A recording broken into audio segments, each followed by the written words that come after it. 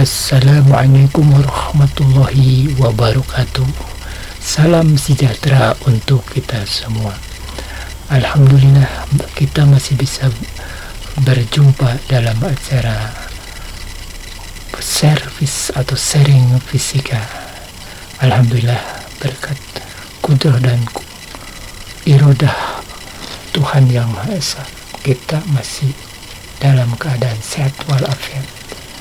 Amin ya rabbal alamin. Baiklah, kita langsung saja pada servis kita kali ini, yaitu masih mengenai gerak melingkar. Ya. Kali ini adalah part yang atau bagian yang keempat, ya, yaitu kita mengulas ya ke belakang karena bagian yang ketiga itu belum tuntas membicarakan tentang penemuan rumus ya S sama dengan theta kali R. Ya, baiklah, kita review sedikit ke belakang supaya nyambung. Ya. Nah, sebenarnya ya penentuan radian itu ya asal mulanya yaitu untuk menghubungkan ya, mencari hubungan antara keliling suatu lingkaran atau S ya, keliling lingkaran dengan jari-jarinya ya. Itu dalam skala besar tentu saja sangat sulit ya. Ibarat kita belum terlatih ya langsung mengangkat beban yang berat ya. Itu ya awal mulanya atau tujuannya memang itu. Jadi mencari hubungan antara panjang sisi atau keliling dengan jari-jari. Nah, untuk itu kita persempit masalahnya, yaitu jangan melihat secara keseluruhan, tapi kita lihat hanya bagian kecil saja, yaitu juring lingkaran. Ya. Juring itu sudah pada tahu bahwa daerah mirip segitiga ya. Sisi-sisinya adalah dua jari-jari dan satu buah busur. Ya. Nah, mirip dengan lingkaran ya.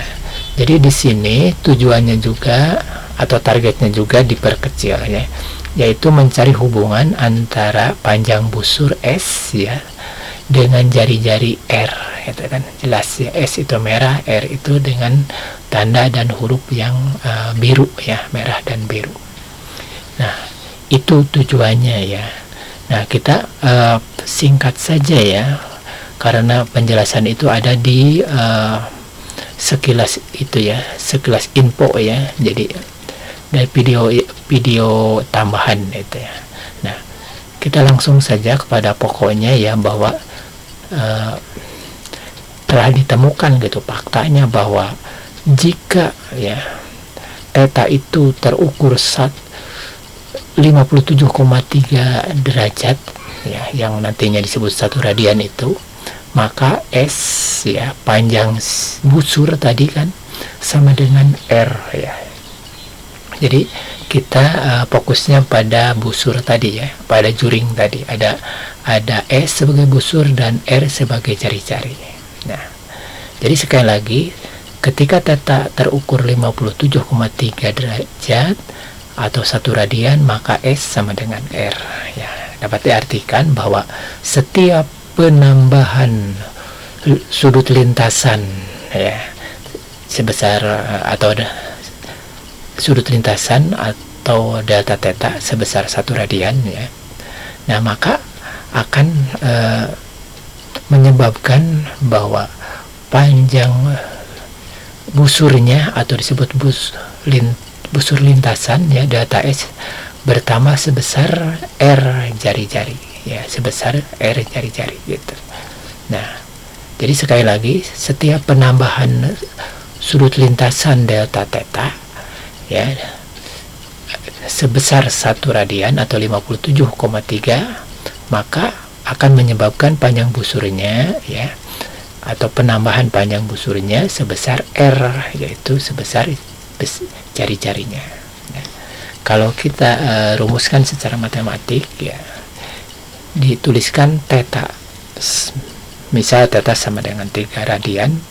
Nah, kemudian kita tambah ya, tetanya menjadi tambah 1 menjadi 4 radian. Nah, maka S-nya ya atau panjang busurnya itu asalnya 3 ditambah 3R ditambah 1R menjadi 4R. Nah, itu adalah implikasi ya, dari fakta yang kita temukan itu ya. Nah, harusnya kalian atau kita membuktikan dulu ya bahwa kita cari ya hubungan antara jari-jari dengan busurnya itu dalam suatu juring ya. Nah, dan ditemukan ditemukan oleh peneliti sebelumnya gitu bahwa ketika theta 57,3 maka S persis sama dengan R ya. Jadi panjang busurnya persis sama dengan panjang jari-jari ya. Kita lanjut ya. Nah, kemudian dari penelaan yang lebih dalam lagi ya. Nah, sekarang dilihatnya dari kelipatan ya, dari data-data percobaan ya. Nah, ditelitinya dari sudut kelipatan.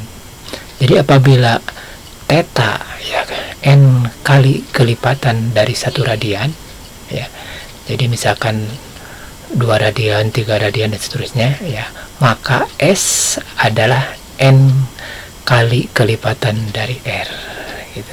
Apabila theta n kali kelipatan dari 1 radian, maka S busur panjangnya n kali kelipatan dari jari-jari.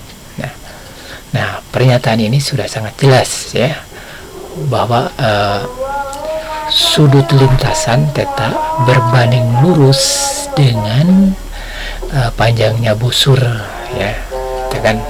Jadi kalau dituliskan bahwa theta berbanding lurus ya secara linear terhadap panjang busur lintasan. Nah, kalau kita kasih lihat gitu ya, kalau kita tulis maksudnya ya bahwa theta berbanding lurus itu dengan tanda tanda dalam matematik itu tanda tak berhingga istilahnya ya, corak gitu ya. Nah, theta berbanding lurus dengan S ya. Nah, misalkan kita ambil data ya, theta misalkan 3 radian ya, akan menyebabkan S 3R gitu kan. Nah, jadi kelipatan ya, sama-sama kelipatannya.